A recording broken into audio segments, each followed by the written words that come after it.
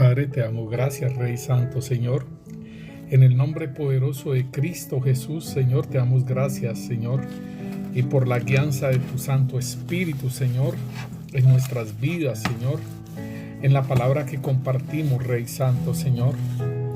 Pedimos el pronto auxilio, Señor, para que seas tú, Señor, obrando, Rey Santo, Señor, en cada uno de nosotros, Rey. Te bendecimos y te exaltamos tu santo nombre, Señor.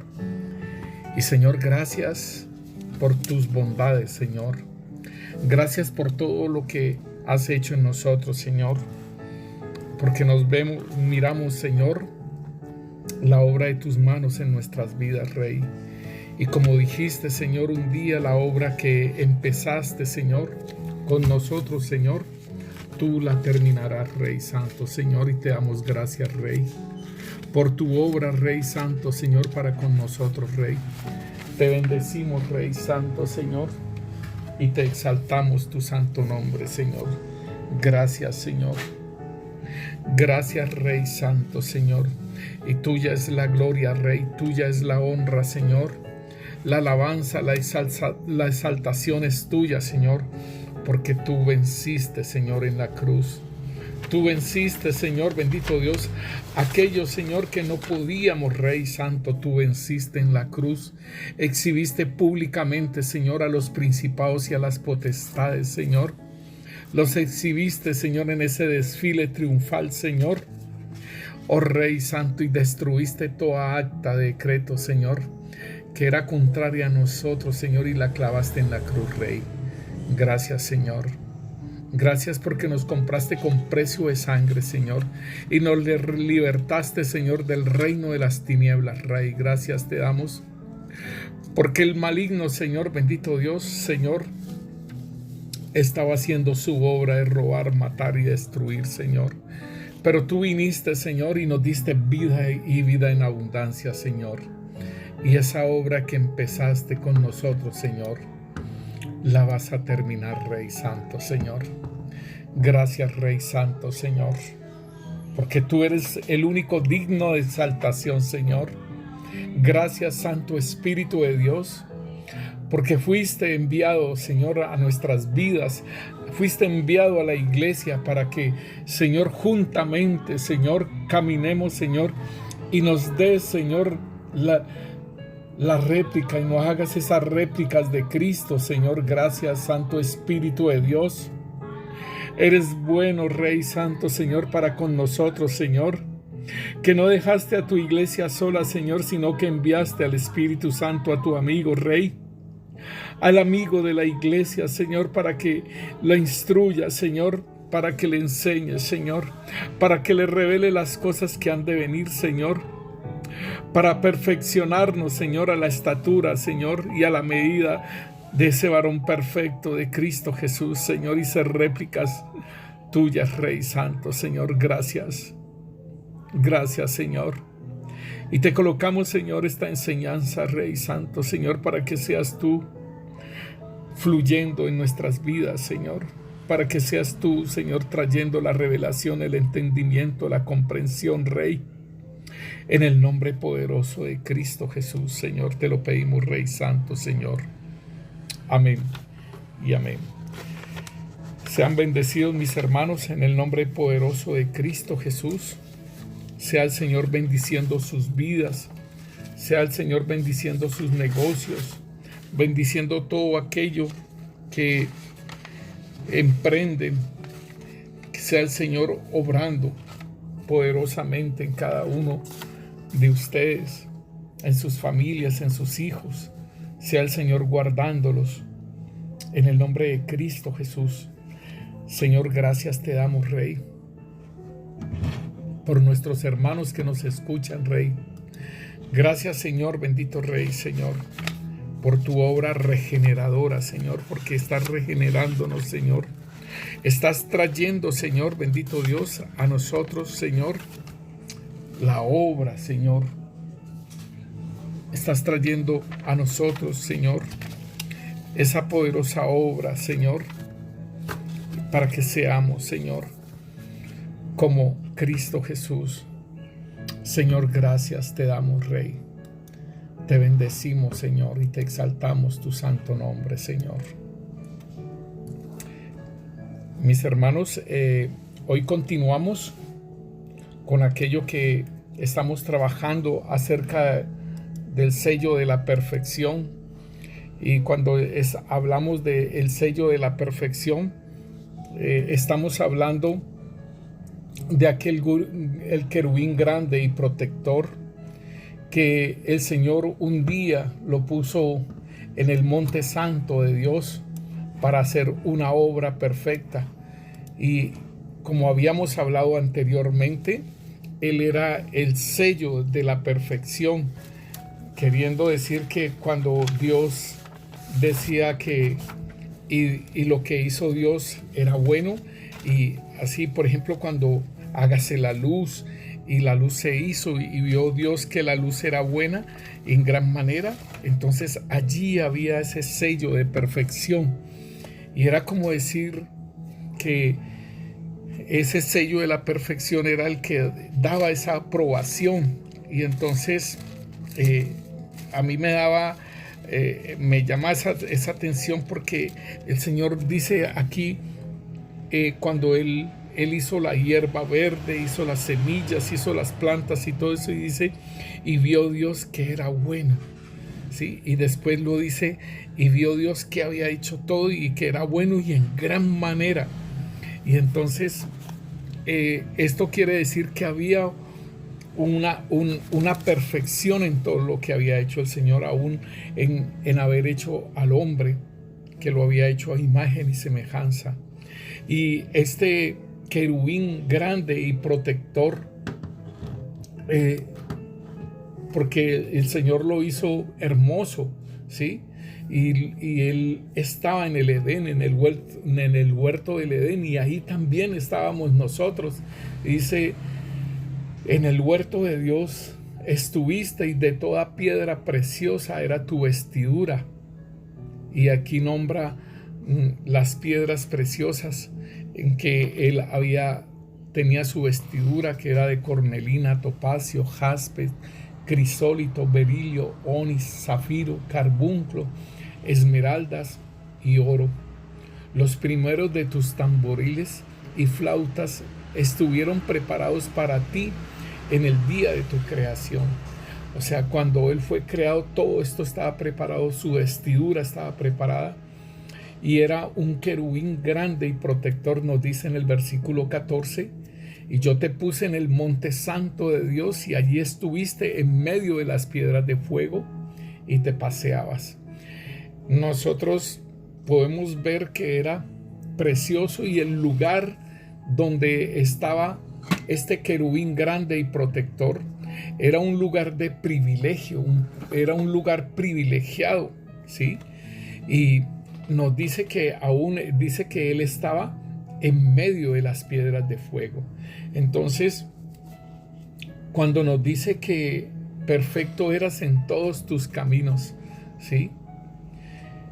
Desde el día en que fuiste creado hasta que se halló en ti maldad. ¿Cuál fue la maldad en que se halló en él? Y entonces nos dice que a causa de la multitud de tus contrataciones fuiste lleno de iniquidad. Entonces podemos ver que estas contrataciones, ¿sí? Podemos ver que entonces abarcaron los ángeles, abarcaron los arcángeles, abarcaron querubines y abarcaron serafines, ¿sí? Quizás serafines no, hermanos, discúlpenme, pero esta es la jerarquía angélica de Dios: los ángeles, arcángeles, querubines y serafines. Pero entonces nosotros podemos mirar, hermanos, que estas jerarquías, él exceptuando los serafines, por decirlo así, exceptuándolos, sí, fueron... ¿Por qué decir que exceptuando los serafines? Porque los serafines están en el trono de Dios, y es algo muy diferente. Y este querubín dice aquí, Perfecto eres en tus caminos desde el día en que fuiste creado hasta que se halló en ti maldad.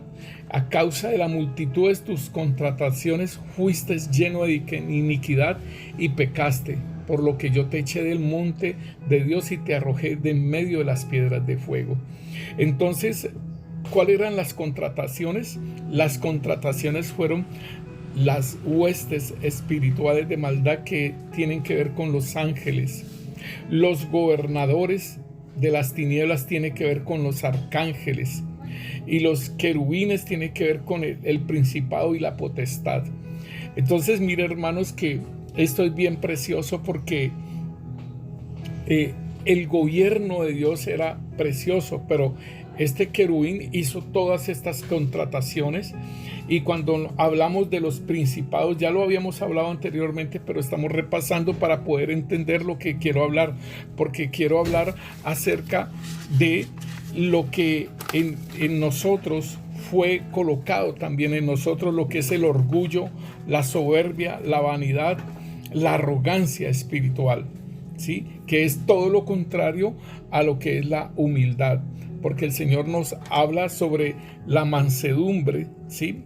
Aprended de mí que soy manso y humilde, ¿sí? De corazón. Entonces, de esta forma vino, ¿sí? Vinieron este punto, vino lo que es el orgullo, lo que es la soberbia, lo que es la vanidad, ¿sí? Y lo que es la arrogancia. 4 términos que parecen muy parecidos, ¿sí? Que parecen que creen que se fuera una sola cosa, pero son muy diferentes. Entonces debemos entender, hermanos, que estos principados que nos habla el apóstol Pablo, dice que la lucha, ¿sí? Que no tenemos lucha contra sangre y carne, sino contra principados, contra potestades, contra gobernadores de las tinieblas y contra huestes espirituales de maldad. Entonces vemos también aún el Señor nos habla en Colosenses 1, del versículo 15, dice que Él es la imagen del Dios invisible. O sea que si nosotros queremos ver a ese Dios invisible, pues vieron a Jesucristo, que es el Dios hecho carne. Entonces, en Colosenses nos habla, dice que todo fue creado por Él. Todas las cosas por Él fueron creadas, las que hay en los cielos y de las que hay en la tierra, visibles e invisibles. Y entonces aquí nos habla de tronos, dominios, principados, potestades. Todo fue creado por medio de Él y para Él. Entonces no es que hayan sido creados estos entes, estos agentes de maldad no fueron creados de esta forma, fueron creados como serafines, como querubines, como arcángeles, ¿sí? Y como ángeles. Pero Satanás hizo las contrataciones y entonces cogió toda esta parte. Pero es importante entonces que nosotros miremos, hermanos, cuál fue la situación de el maligno. Él dice que a causa de las contrataciones, ¿sí? Fuiste lleno de iniquidad. ¿Cuál fue la contratación? ¿Qué era lo que él estaba contratando? ¿Para qué estaba contratando? Y entonces en Isaías 14, el versículo 12 nos dice: ¿cómo caíste del cielo, oh lucero, hijo de la mañana? Así le llamaban, lucero, hijo de la mañana. Cortado fuiste por tierra. Tú que debilitabas las naciones, tú que decías en tu corazón: subiré al cielo en lo alto, junto a las estrellas de Dios. Aquí está el punto. Tú que decías en tu corazón: subiré al cielo en lo alto, junto a las estrellas de Dios. Levantaré mi trono, y en el monte del testimonio me sentaré a los lados del norte. Sobre las alturas de las nubes subiré y seré semejante al Altísimo. Mas tú derribado eres hasta el Seol, a los lados del abismo. Entonces, ¿cuáles eran las contrataciones de él? Eso, de ir hacia ese lugar, de tomar ese lugar. Entonces dice la palabra de Dios nos dice en Ezequiel que se enalteció el corazón de él a causa de su hermosura y corrompió la sabiduría a causa del esplendor. O sea, y hablamos el otro día que quizás el Señor lo hizo así perfecto, ¿sí? Querubín grande y protector, y era perfecto, ¿sí? Y era en un esplendor tremendo, ¿sí? Pero estas cosas le sirvieron fue para corromper su sabiduría. Por su hermosura se enalteció su corazón. Y el Señor dice: yo te arrojé delante de la tierra, de los reyes te pondré para que te miren en ti, ¿sí? Con la multitud de tus maldades y con la iniquidad de tus contrataciones, aún profanó su santuario. Y por eso el Señor sacó fuego de en medio de él y lo consumió. Entonces, mis hermanos, aquí podemos ver lo que es el orgullo, lo que es la soberbia, lo que es la vanidad y la arrogancia espiritual.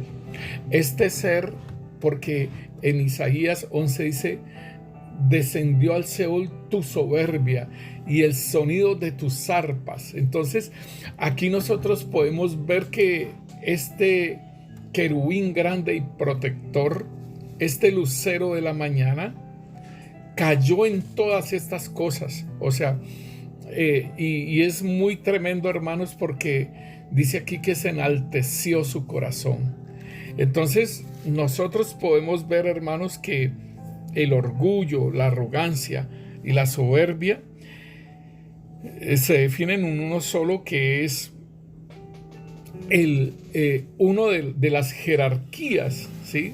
De las jerarquías que vienen sobre lo que nosotros mirábamos sobre estos principados, y vemos dos principados, que es Diana, y también un gobernador que es Leviatán. Entonces nosotros tenemos que entender que en esas jerarquías que este Satanás o este Satán, ¿sí?, por decirlo así, este ser espiritual que tiene una sabiduría, o sea, nosotros, hermanos, déjeme decirle que nosotros, aún los mismos ángeles, aún el mismo ángel de Yahvé, él dijo: Yahvé te reprenda, Satanás, ¿sí? Y aún Miguel mismo estaba peleando con él en los aires, en los cielos, ¿sí? Ahí en Apocalipsis 12. Entonces, la guerra nuestra, ¿sí?, no es contra él, porque él ya fue juzgado por medio del Señor Jesucristo. Lo que nosotros tenemos que mirar es sacar todo aquello que el enemigo metió en nuestras vidas. Así como en él se produjo todas estas cosas por esa hermosura, por ese esplendor que tenía, ¿sí? Por todo esto, entonces de él mismo dice: con la multitud de tus maldades, porque es que todo lo pensó, por esa sabiduría que tenía, todo lo pensó, ¿sí? Porque es que dice: corrompiste tu sabiduría a causa de tu esplendor. Era un querubín grande y protector. Entonces, a causa de esa multitud de todo lo que maquinó y planeó, ¿sí? Ahí es donde tenemos que entender todo lo que se manifestó en él, todo lo que salió de él, y que esto, entonces, tenemos que mirar lo que estos principados, ¿sí? Estos principados tienen, ¿sí?, un manejo, un dominio, y tienen que ver entonces con este gobernador Leviatán, ¿sí? Nosotros estaba mirando el significado sobre Leviatán, y lo muestran como una mujer, como una serpiente, como la serpiente tortuosa, ese monstruo marino, ¿sí?, descrito en la palabra de Dios. Dice como inhumano. Obviamente es inhumano porque es un espíritu y es destructor, y que se toma como representación de demonios. Entonces dice, es muy vengativa, ¿sí? Porque es Leviatán, actúa como, es un espíritu, parece ser que fuera como una figura femenina. Dice, es muy vengativa y siempre está preocupada por su reputación. Óigalo bien. Entonces tiene que ver con algo femenino, una serpiente. Dice, este tipo de personas que tienen este espíritu, ¿sí?, prefieren razonar y complacer su orgullo antes que perdonar. Óigalo bien, prefieren razonar y complacer su orgullo antes que perdonar. Sin embargo, a una persona humilde la hieren y no le importa si la herida es grande o pequeña. O sea que no hay un perdón, no perdonan fácilmente. Esta gente siempre quiere hacer su voluntad. Esto lo estoy mirando de aquí en Google y en las definiciones de la lengua española del diccionario de Oxford. Entonces, debemos de entender, hermanos, que esta serpiente tortuosa, que es de la parte del mar, sin embargo, podemos ver cómo este Leviatán, ¿sí?, maneja, ¿sí?, huestes espirituales de maldad, y que en ellas tiene que ver, por ejemplo, el bloqueo mental, el engaño, la incredulidad, la impaciencia, la mentira, el orgullo, la pereza, el resentimiento, robo, la soberbia, ¿sí? Entonces aquí lo vamos viendo, hermanos, que estos, o sea, está el gobernador Leviatán, pero aquí nosotros tenemos que mirar que aquí lo está comandando Damián, ¿sí?, y que afecta todo lo emocional. Entonces, Damián afecta todo lo emocional, y entonces podemos ver la culpa, la debilidad, la burla, el escarnio, el egoísmo, la derrota, ¿sí?, la duda, el abandono, el aislamiento, el desamparo, el egoísmo, la amargura, la avaricia, la soledad. Y entonces podemos ver, hermanos, que esto es muy entendible, que este Leviatán, ¿sí?, comanda, porque como él es un gobernador, y después vienen lo que es las huestes espirituales de maldad. Entonces podemos ver cómo entonces en nuestras vidas tenemos que entender qué es lo que está pasando en nosotros y qué es lo que aún en nuestras vidas puede haber ese orgullo, puede haber esa soberbia, puede haber la vanidad y puede haber la arrogancia. Todo esto tiene que ver porque esto es espiritual, hermanos. Entonces esto lo comanda Leviatán, ¿sí? Y Leviatán, como es un gobernador, entonces hay huestes y está, como les decía, está Damián, y Damián trabaja en toda el área de lo que es lo emocional, ¿sí? Afecta lo emocional en la persona. Entonces, mis hermanos, importante que nosotros lo podamos mirar y miremos unas definiciones acerca de lo que es el orgullo, ¿sí? Es importante que nosotros lo podamos entender, mis hermanos, porque Primera de Pedro capítulo 2 nos dice en el versículo 11, dice: amados, yo os ruego como a extranjeros y peregrinos. Y esto es bien importante que nosotros lo podamos entender, porque nos está diciendo que somos extranjeros y peregrinos, y que os abstengamos de los deseos carnales que batallan contra el alma. Óigalo bien, hermano, porque nosotros tenemos que llegar a una pureza en todo nuestro ser, nuestro espíritu, nuestra alma, nuestro ser, nuestro cuerpo, ¿sí? debemos estar en una pureza y debemos estar en una santidad, ¿sí? La santidad tiene que ver con apartarnos cada vez más del mal, ¿sí? De todas las cosas que están viniendo, ¿sí? De todo lo que el mundo está ofreciendo. Cada vez más nosotros debemos de apartarnos de ese mal.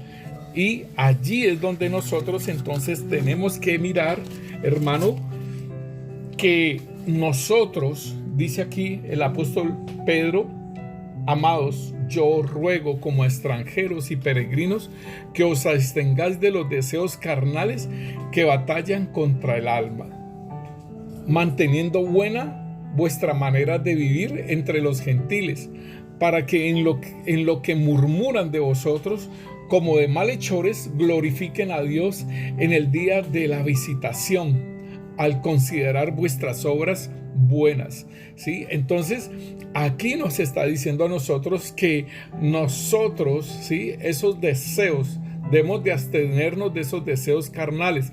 El abstenernos de esos deseos carnales tiene que ver con nuestra santidad y con nuestra pureza, ¿sí?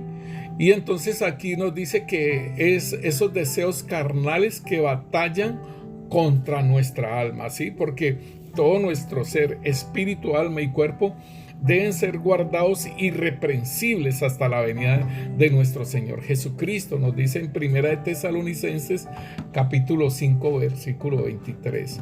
Entonces, si nosotros vemos, hermanos, entonces lo que nos dice la vanidad es la falta de verdad. Óigalo bien. Nuestra falta de verdad en nuestra vida es la vanidad, ¿sí? Y dice aquí: por error, estupidez o mala voluntad.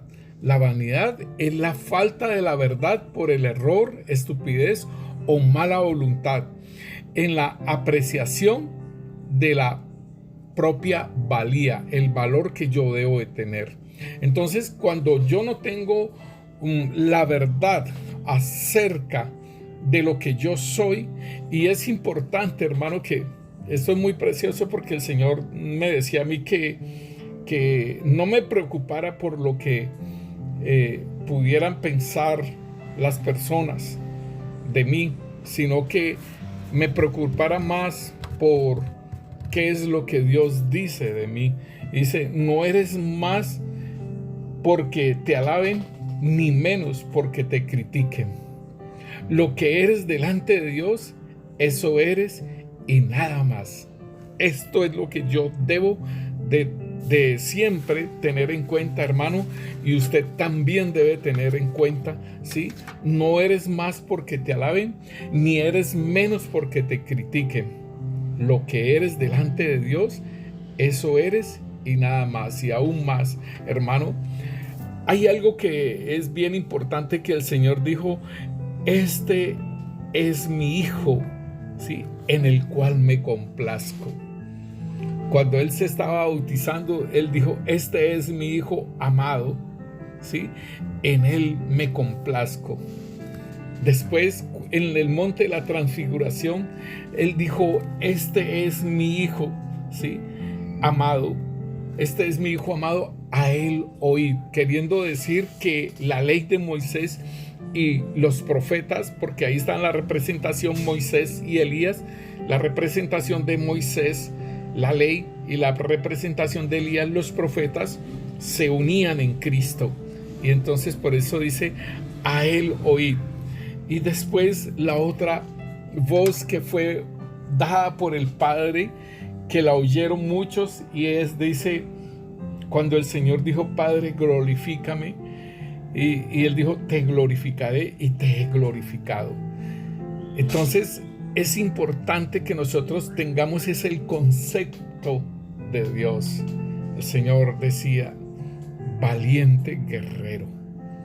Entonces esto de ser valiente guerrero es el trabajo, hermano, que se está haciendo, como dice el apóstol Pedro, hermanos, de abstenerlo de los deseos carnales que batallan contra el alma.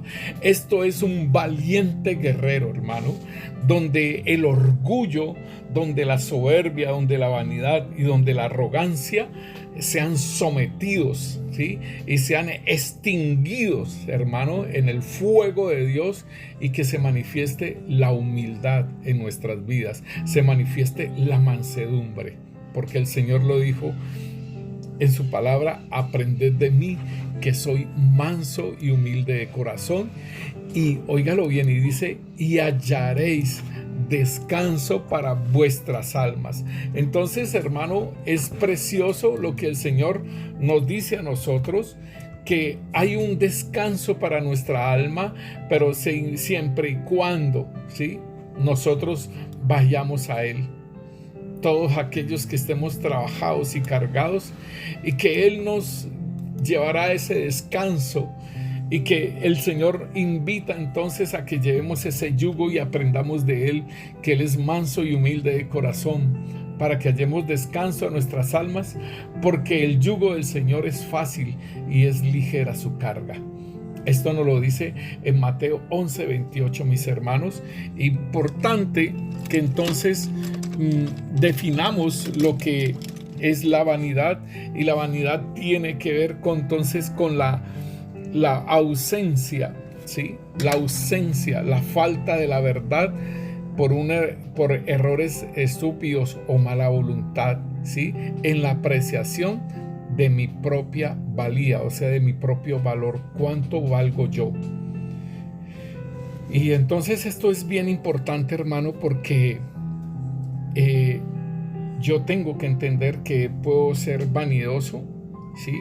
Y atribuirme una valía mayor, una valía mayor a la que realmente es, ¿sí? Y entonces allí viene la vanidad en mi vida. Cuando yo empiezo a manifestarme en mi vida una valía mayor, o sea que yo tengo mayor valor que, ¿sí? Tengo mayor valor. Entonces este querubín grande y protector, ¿sí?, él quiso, ahí en Isaías nos dice que tú que decías en tu corazón: subiré a lo alto de las estrellas, levantaré mi trono en el monte del testimonio, me sentaré a los lados del norte. Sobre las alturas de las nubes subiré y seré semejante al Altísimo. Aquí entonces podemos entender que había una vanidad en él. ¿Por qué?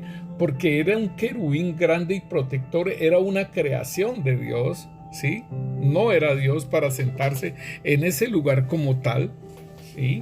Y entonces él anheló y deseó eso. Entonces tenía una mayor valía, ¿sí? Se atribuyó una valía personal mayor, ¿sí?, a la que realmente tenía. Y esto es lo que nos muestra el Señor, la palabra de Dios, y nos muestra, y que muchas veces pues aquí Él fue derribado. Entonces nosotros como tal podemos ser ridiculizados, podemos ser manifestados, porque el Señor aún dice que al humilde, al altivo lo ve de lejos, y al humilde, sí, lo trae, lo toma. Y el Señor entonces nos habla mucho acerca de esas partes que estaremos más adelante hablando. El orgullo, entonces, en cambio, es que puede tener una justa apreciación de su valía, o sea, como ese querubín protector, ¿cierto? Y puede tener un ajuste, puede decir: soy esto, ¿sí? Como dice: a causa de su esplendor corrompió su sabiduría. Era verdad, ¿sí? O sea, no se engañó en cuanto a su valía, sabía quién era, ¿sí? Y dice: pero su engaño consiste en que considera el mérito de esa valía es única y exclusiva suya. O sea, soy el único así, de esta forma. No hay otro creado de esta forma. Y aún puedo ser como Dios. Y entonces viene la contratación. empieza a hacer una contratación, porque el hecho es de que él quiso ser superior a Dios, ¿sí? Había vanidad en su vida. ¿Por qué? Porque quiso ser como Dios, no siendo Dios, siendo un querubín grande y protector. Y como lo decía anteriormente, hermanos, esto tiene que ver mucho en esta creación de este querubín grande y protector. Yo pienso mucho es de que así como nosotros tenemos que ser probados con nuestra fe como el fuego y como el oro, asimismo también fueron probados los ángeles por medio de este querubín grande y protector, que para Dios no lo cogió de sorpresa todo lo que le pasó a él.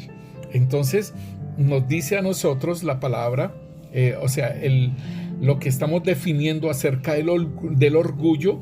Entonces dice, no soporta pensar que ha llegado a esa valía ayudado por otro, y que sin ello no hubiera llegado a estar donde está.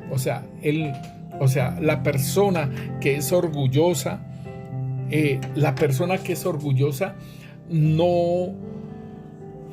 no tiene esa humildad de reconocer que está en ese puesto, que está en ese lugar, es porque lo ayudaron otras personas a hacer lo que es ahora. Por decirlo así, un presidente de la República. Es que fueron mis esfuerzos, es que fue que yo estuve en la universidad y quemé mis pestañas en derecho, en economía, en tal cosa y tal otra, y fue por mi esfuerzo que levanté este movimiento, y fue por esto y por otro. Entonces nunca, ¿sí? Lo que es el orgullo nunca presta atención acerca de que otras personas lo ayudaron, y se olvida, ¿sí? Es desagradecido porque se olvida de aquellas personas que lo ayudaron a estar en el lugar que está. Entonces también la persona que tiene este orgullo es rencoroso, ¿sí? Y también tiene ese resentimiento y no quiere, óigalo bien, no quiere la cercanía de las personas que le ayudaron, ¿sí? Y no tiene ese amor, ¿sí? No tiene un amor por los demás, sino que el amor es un amor propio, ¿sí? El máximo grado del orgullo es considerar que uno no le debe nada a Dios, que no necesita su ayuda en absoluto. Esto tiene que ver con el orgullo. La soberbia, entonces, es la falta de verdad acerca de nuestra posición e importancia en el mundo. Entonces, así como la vanidad es la falta de la verdad, ¿sí?, en cuanto a su valía, entonces así la soberbia es la falta de verdad acerca de la posición e importancia en el mundo. Entonces en la soberbia le gusta el ser importante.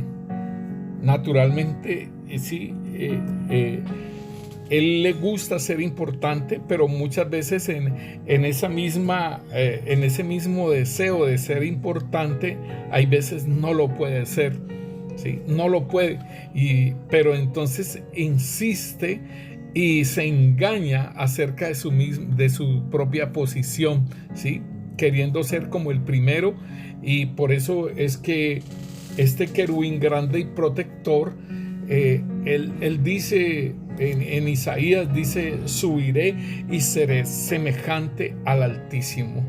Entonces esto tiene que ver mucho, hermano, con esas cosas que el maligno, este querubín protector que fue destituido del monte santo de Dios, ¿sí?, también se le manifestó esa soberbia. Y dice, puede convencer de que su impacto en la marcha de la vida es más grande de lo que en realidad es. Eso le hace sentirse poderoso. No soporta pensar que alguien pueda tener más influencia en él, en los acontecimientos. Quiere controlar totalmente su vida sin impedir nada a nadie, aunque es difícil. El soberbio puede no ser orgulloso, óigalo bien, y hasta ser agradecido, ¿sí? Puede reconocer el mérito de sus padres o de sus educadores en haberle hecho como es, o sea, como puede reconocer todo esto. El orgulloso no lo hace, ¿sí? Él lo hace, ¿sí? Y agradecerlo, pero piensa que una vez que haya llegado a ser lo que es, su importancia en el mundo será mayor que la que cualquiera haya ayudado a llegar donde él está. Tremendo, porque esto es lo mismo que hizo el maligno, ¿no? Deseó estar junto a las estrellas y dijo que quería levantar su trono, ¿sí? En el monte del testimonio, y sobre las alturas de las nubes subirá y será semejante al Altísimo. Y en el momento en que iba a llegar a hacer eso, pues se olvidaba de los demás, pero fue derribado hasta el Seol, a los lados del abismo. Es muy tremendo, hermano, y cómo fueron probados esta tercera parte de los ángeles, y que realmente todo esto, ¿sí? Realmente todo esto, o sea, fue una prueba para estos ángeles, y quién sabe cuánta cosa les diría a los ángeles que le copiaron para hacer esta obra de tomar ese lugar, pero se estaba metiendo era con el mismo que lo creó. La soberbia es la causa más importante de la increencia y la más difícil de erradicar. O sea, esta soberbia es lo más importante que nosotros tenemos que tener en cuenta en la duda, en no creer, ¿sí? El diablo, que no puede negar la existencia de Dios, le odia precisamente porque Dios es Dios y él no. Esto es bien tremendo, hermano, que nosotros tengamos en cuenta. Y por ejemplo, también nosotros entonces podríamos mirar lo que es la arrogancia espiritual, ¿sí? Y esta arrogancia espiritual debemos de tener cuidado también, hermanos, porque también esta arrogancia espiritual también se llama cinismo religioso. Óigalo bien, y tiene que ver, porque como es una arrogancia espiritual, entonces tiene que ver con nosotros y cómo llevamos nuestra creencia en Dios. Entonces dice que la arrogancia espiritual o cinismo religioso es una actitud de manipulación de Dios. Los cínicos religiosos dicen: si soy creyente puedo hacer lo que sea, que Dios siempre me protegerá. Esto es muy tremendo, hermano, porque muchas veces he escuchado eso. Muchas personas, muchos jóvenes cristianos dicen: veamos esta película que el Señor, pues le pedimos perdón al Señor por haber visto esa película, y pues sabemos que Él nos perdona. Pero hermano, esta arrogancia espiritual tenemos que entenderla, que esta persona cree que Dios siempre lo va a proteger, que Dios siempre lo va a perdonar. Sí, Dios lo perdona, pero ¿y la contaminación? Creyendo que Dios nos sobreprotegerá y nos evitará asumir consecuencias de nuestros actos. Esto es la arrogancia espiritual. Creer que podemos hacer las cosas que sean, que Dios nos va a proteger y que Dios nos evitará asumir esas consecuencias. Si nosotros lo vemos en Adán y Eva, hermanos, que ellos tuvieron sus consecuencias de su pecado. Entonces no creamos, hermano, que no vamos a tener que asumir nuestra consecuencia de nuestro pecado, de nuestras faltas, y más aún cuando están premeditadas. El arrogante espiritual también pretende hacer del perdón la justificación perfecta para hacer cualquier acción mala o negativa. No importa lo malo que haga, a fin y a cabo, Dios me perdona, olvidando que el perdón siempre exige un arrepentimiento verdadero y el deseo de no volver a hacer lo malo. Es importante, hermano, tremendo esto, porque en las enseñanzas un varoncito, un niño me preguntaba a mí que por qué Dios no había perdonado a los ángeles. Y bien bonita esa pregunta, porque la palabra misma de Dios dice que Dios no perdonó a sus ángeles, sino que los castigó y los envió, ¿sí?, a prisiones oscuras. Y esa es la pregunta: ¿por qué Dios no perdonó a los ángeles? Y debemos de ver los principios eternos de Dios, que sin derramamiento de sangre no hay remisión de pecado, de la culpa.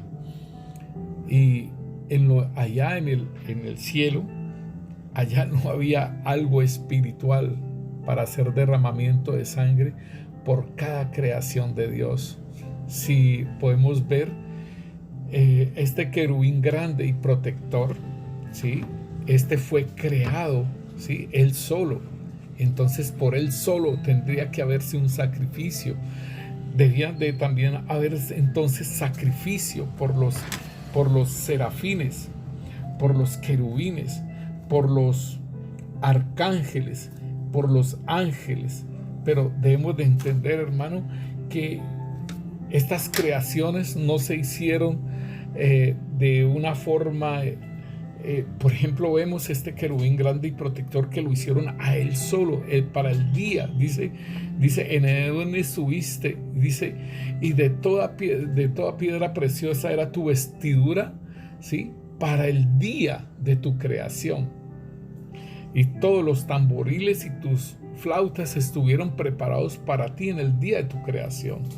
Entonces este querubín fue creado solo. Entonces a nosotros nos crearon, y de esa creación sacaron a Eva, y de ella, ¿sí?, de ellos dos vino toda la humanidad. Entonces aún el Señor Jesús tuvo que venir, porque aún la sangre de los toros y de los carneros y de los machos cabríos, esa sangre no perdonaba el pecado, cubría el pecado, pero no quitaba. Mas ahora con el Señor Jesucristo, su sangre nos limpia de pecado, y nuestro pecado es tirado a los fondos del mar. Entonces es importante, hermano, que nosotros podamos entender que la arrogancia espiritual es bien tremendo, porque es un engaño del maligno mismo también igual. Y la humildad, que es el antídoto, como nos lo dice el Señor en Mateo 11:28, nos habla de que nosotros debemos de caminar y de llevar el yugo de Él y aprender de Él en ser mansos y humildes de corazón, para que podamos hallar descanso para nuestras almas. Porque mi yugo es fácil y ligera mi carga, nos dice el Señor. Entonces la humildad tiene que ver, y es el antídoto, óigalo bien, para para la vanidad, para el orgullo, para la soberbia y para la arrogancia, ¿sí? Este es el antídoto. Y tenemos que entender que la humildad es vivir en la verdad. Óigalo bien, la humildad es vivir en la verdad. Y hermanos, como cristianos nosotros decimos que el Señor dice: yo soy el camino, la verdad y la vida, y nadie viene al Padre si no es por mí. Pero ¿estamos caminando por sus caminos? ¿Estamos caminando por la verdad? Sí, porque Él dice que Él es el camino, la verdad y la vida. Entonces hoy, por ejemplo, el Señor nos mostraba en la oración, en la oración de la mañana, de un camino que habían 3 vertientes, ¿sí? Entonces, una vertiente que iba para la derecha, otra para la izquierda y otra vertiente que seguía derecho. Entonces, muchas veces, hermanos, por el engaño del maligno, cogemos hacia la derecha o cogemos hacia la izquierda. Entonces, la humildad, ¿sí? La humildad es vivir en la verdad. Y dice, el que vive en la verdad sabe su auténtica valía. O sea, aquí tiene que ver con la vanidad, ¿sí? Cuando yo sé mi auténtica valía, cuando yo ando en la verdad, ¿sí? Entonces sé quién soy y qué valgo. Y podría decir, hermano, que yo soy un vaso. Entonces, muchos pensarán que voy a decir un vaso de barro, un vaso de oro, un vaso de plata. No, un vaso de barro. Soy un vaso de barro. Esa es mi auténtica valía. Somos barro en las manos de Dios, como lo dice el apóstol, y dice que somos esas vasijas de barro donde Él deposita ese tesoro en nosotros. Entonces, no es un vaso de oro donde Él deposita ese gran tesoro, no, vasos de barro, ¿sí? Donde Él deposita ese especial tesoro.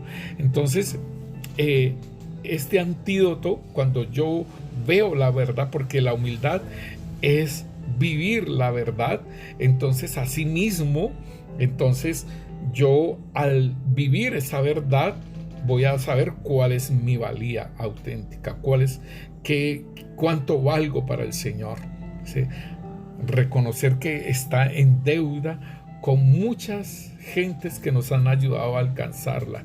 Y hermano, esto sí que es verdad, hermano, porque agradecemos a todos los ministros que nos han edificado en nuestras vidas, el consejo que nos han dado, toda una cantidad de cosas que se han dejado utilizar por el Señor para bendecir nuestras vidas, aún en la llamada de atención, aún cuando nos sentaron por 6 meses sin poder estar ministrando en la iglesia ni nada. Agradecemos a todos esos ministros que formaron nuestras vidas y aún las personas, los hermanos en Cristo que están alrededor nuestro y que nos ayudan a formarnos hasta ser réplicas de Cristo.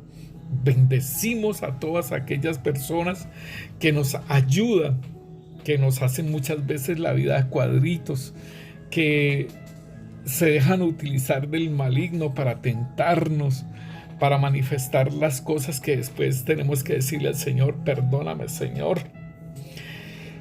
Y así, hermanos, pero esto tiene que ver con la humildad, ¿sí? Cuando yo puedo reconocer que estoy en deuda con todos aquellos que me han ayudado hasta este lugar en que estoy yo, ¿sí? Y que no es solamente las personas que me han ayudado, sino el Santo Espíritu de Dios y el Señor nuestro Dios. Ese es el primero que nos ha ayudado y que ha utilizado a otros para formarnos. Debemos entender eso. Y esa es la humildad, ¿sí? Esa es la humildad, de que reconozcamos que hubieron otras personas que, a pesar de las cosas que nos hacían, nos estaban formando. De el dolor que sentimos cuando se va una persona, pero nos forma, ¿sí? A las personas que amamos y que se ausentan, esa es parte de una formación. Mira, hermano, el Señor nos dice: aprended de mí, que soy manso y humilde de corazón. Y me venía a memoria cuando a él le dijeron que Lázaro estaba enfermo de muerte. Y él amaba a esta familia, él amaba a estos 3 hermanos. Sin embargo, él tenía que hacer la voluntad de Dios. Y cuando Lázaro murió, fue que el Señor le informó que Lázaro había muerto. Sí, por medio del Santo Espíritu de Dios le dijo: Lázaro ha muerto, vamos. Y él lloró con sus hermanos, él lloró con sus hermanas, y que él sabía que iba a resucitar Lázaro. Pues mira, hermanos, que allá en la tumba dijo: ¿dónde lo pusiste? Y dice: te doy gracias, Padre. O sea, le dio el visto bueno para levantarlo. Pero es muy tremendo, hermano, que Marta dice: Señor, pero es de 4 días y bien precioso, hermano, porque no fueron 3 días, porque si hubiera sido de 3 días, se hubiera podido confundir con la resurrección de entre los muertos del Mesías Rey, el Señor Jesucristo. Lázaro era de 4 días, para que no hubiese confusión. Y esto es bien precioso porque en el Señor aún estuvo con ellas y lloró con ellas, y le dolió en su corazón porque dice que se estremeció su espíritu. Y entonces son personas que nos forman a nosotros, hermanos, personas que nosotros amamos, pero pues tenemos que seguir adelante en todo lo que el Señor tiene preparado para nosotros. Esto es parte de lo que nos ayuda a nosotros. Todas estas situaciones que nos pasan a nuestras vidas, tanto buenas como malas, es el Señor utilizando aún las personas para que nosotros podamos caminar en esa humildad, caminar en lo que el Señor está formando en nuestras vidas. Y hermanos, debemos entender entonces que Dios rige todo lo rige Dios, todo lo determina Dios, así como a Judá, que le preparó en su desobediencia, le dijo que estarían 70 años allá en Babilonia, y preparó el corazón de Nabucodonosor, mis hermanos. Entonces, mis hermanos, todas estas cosas que Dios hace, ¿sí?, es para perfeccionarnos, es para que seamos como Él.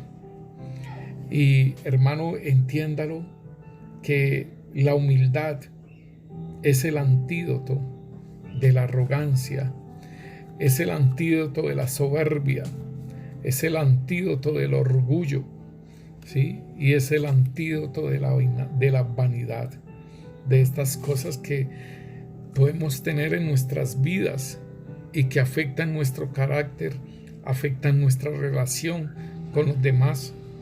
Y es necesario que nosotros podamos ayudarnos unos a otros, que podamos buscar el apoyo, la colaboración de todos los hermanos en Cristo, de los ministros,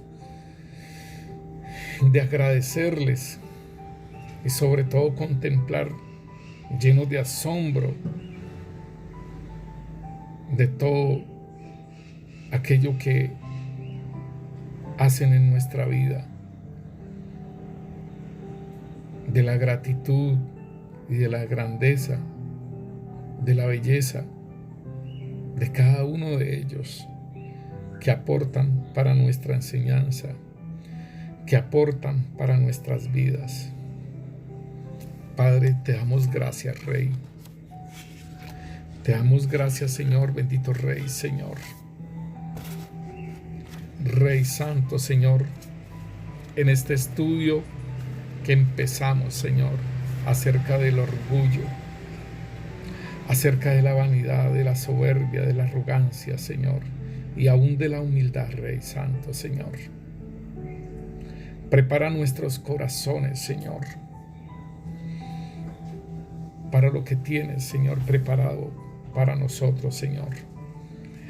En el nombre poderoso de Cristo Jesús, Señor, de identificar ese orgullo en nuestras vidas, Rey Santo, Señor. Te lo pedimos, Padre, en el nombre poderoso de Cristo Jesús. Amén y amén. El Señor los continúe bendiciendo, mis hermanos.